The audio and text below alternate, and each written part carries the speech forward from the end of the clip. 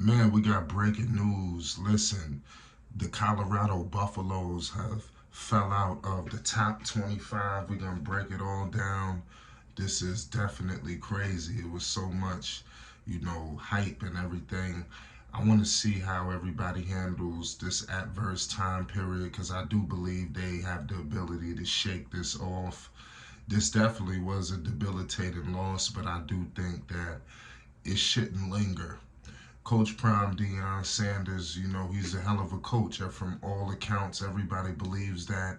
I think now it's time to put it to the test. Coach Prime Deion Sanders is in a unique time period right now. I think Shador Sanders is in a unique time period. No Travis, we get that. But they have an opportunity to definitely define their legacies in this time period, especially Shador. This is definitely a character defining situation for him because this next upcoming game, you can't get shut out. We're going to break it all down. There's a lot of things to get into. At the end of the day, it is what it is. But that loss to Oregon, the Oregon Ducks, they put a hurting on them. Who could have expected a situation like that? I couldn't have. I didn't think it was going to be a shutout. Now, I knew it was going to be something crazy, but I didn't know it was going to go down like that. But nonetheless, make sure you subscribe to Flight Sports for more news, updates, and more. Um, a season high, 6 teams received first place votes, the most since the 2016 preseason poll. On this report that I'm about to read to you, you have teams, they have moved up. Georgia is still where it started at number one, but it's not, to be said for everybody else. Michigan remains number two.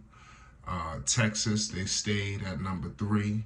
It was a lot of votes and things of that nature, but it is what it is at the end of the day. This game, that the blowout that the Ducks put on the Colorado Buffaloes knocked them all the way out of the top 25. They was at number 19, if you remember. I just want to let everybody know this.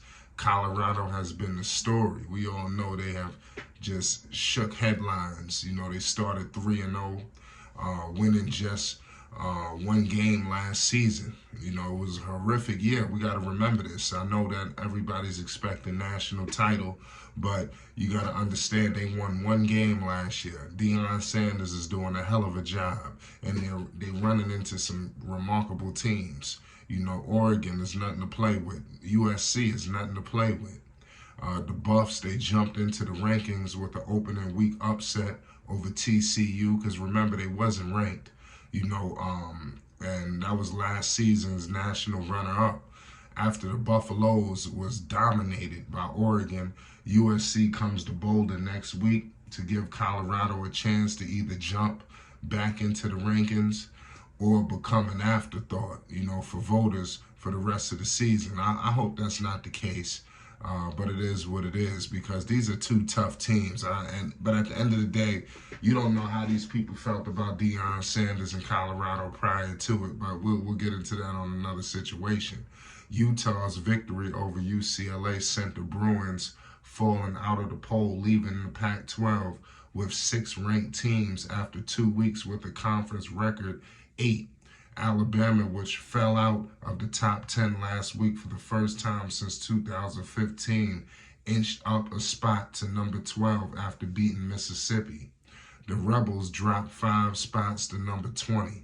So this is all of the situations that's taking place here, with Colorado. Let me know your thoughts on how long and, what does this mean? Because this is definitely unfortunate, that this happened in the way it happened. I wish that it could have been a much closer game, but they got the, listen, you heard what Coach Prime said. He didn't hold no punches. He said this was a good old-fashioned butt whooping, and that's what took place, man. Oregon was clearly the better team, and it shows the areas that they need to get better at. And you heard Coach Prime say that on the podium. You may have thought that since everything was just smooth sailing it wasn't no criticism or it wasn't no critiques or anything like that. But there was various criticism and critiques, but you just may have not heard it due to the fact of all of the success that Colorado was going through. You may have just, he's on the record of saying what they need is things, is areas that need to be improved. They got a great staff. They just got there. So at the end of the day, Coach Prime brings these kind of expectations, and especially the carryover from JSU. If he just came off as a top-notch coach, not even a top-notch coach, if he just came in as Deion Sanders without the backing from, JSU, what he did out there with so much winning going on, and then he came out here and more winning. It seemed like there's nothing that you could do with this guy. But we're going to find out what Colorado was definitely made of against USC. Let's see. This is going to be a chance to be a shootout. The defense has to get right, and that's something that's going to be an ongoing situation. Or are they going to be able to protect this guy, Shedeur Sanders? Because you had dudes just walking up on Shedeur. While running up on him. It's crazy. You can't have that. It's like there was absolutely no respect.